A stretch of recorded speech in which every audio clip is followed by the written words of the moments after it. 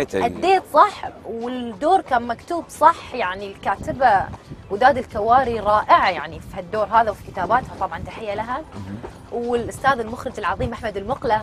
نعم. فهذه في عوامل تخلي الممثل يعني يبدع والدور حلو. والحمد لله يعني الحمد لله الناس يكرهوني. الحمد لله الناس يكرهوني. وهم بعد صار في ضجه بعدين على مسلسل الخطايا ثمن. اي عدل يعني وايد ناس انتقدوا الدور اللي انت اديتيه. لا مو الكل شاف. عفوا مو انا، لا احدى الممثلات انتقدوا دورها. انا دوري بالعكس الخطايا ثمن. بس هم حاشك من الكراهيه نصيب. مش حاشني، خلينا نقول المسلسل ككل خطايا ثمن باللي فيه خلاص مو انكرهوا. انا ليش قبلوا هالنص مثلا، لكن انا كخطي كدوري لا، بعيد تماما عن اي حزب او عن اي فئه او عن اي طائفه. دوري كان جدا زوجه اللي تعاني من زوجها اللي تتطلق منه ويرد لها وتربي ولدها. بالعكس دوري كان خط يمكن انا الدوري الوحيد اللي ما عليه غبار في المسلسل كلش نهائيا كلش. ومع هذا حاشك الحمد لله الممثل يعني شائعات تودي وتيبه. الحمد لله. لمية كل مره تغيرين ارقام تليفوناتك.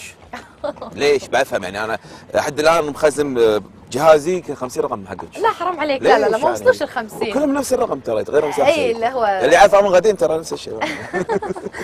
لا هو يعني تدري معجبين، وبالعكس معجبين كلهم على عيني وعلى راسي. انا ما عندي مشكله مع المعجبين اللي يحبوني واحبهم. وحتى النقد ما عندي مشكله ابدا في النقد، بس اذا يكون بناء. بس تدري في بعض المرات يعني هفوه بعض الشباب. شباب بس بيان ولا بعض الاشخاص سواء بنات او شباب يعني ما يدرون ان الفنان هذا له حياته، لا اسرته، ممكن يكون متضايق يوم من الايام، يعني له خصوصيته، متضايق ما له خلق يرد، فيبتدون يعني انه يزيدون شويه. فعشان كذي الواحد انا يعني ما اعرف مثلا ارد على احد او اني اتجاهل احد، ليش اعور راسي؟ اغير الرقم مره واحده. بسم الله عليها. طاحت المية مسكينه طاحت. مين اللي وقع؟ بسم الله عليك معصبه مسكينه.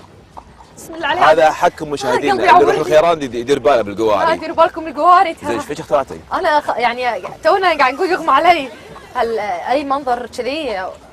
بسم الله عليك ماكو الا خير ان شاء الله. طبعا خليكم مع مشاهدين على ما نهدي بالها شويه تاخذ نفسها. تابعونا مكان ثاني. انا لما طارق وين؟ خلينا نشوف عاد وين مخرجنا ياسر يختار لنا مكان حلو ان شاء الله. تابعونا.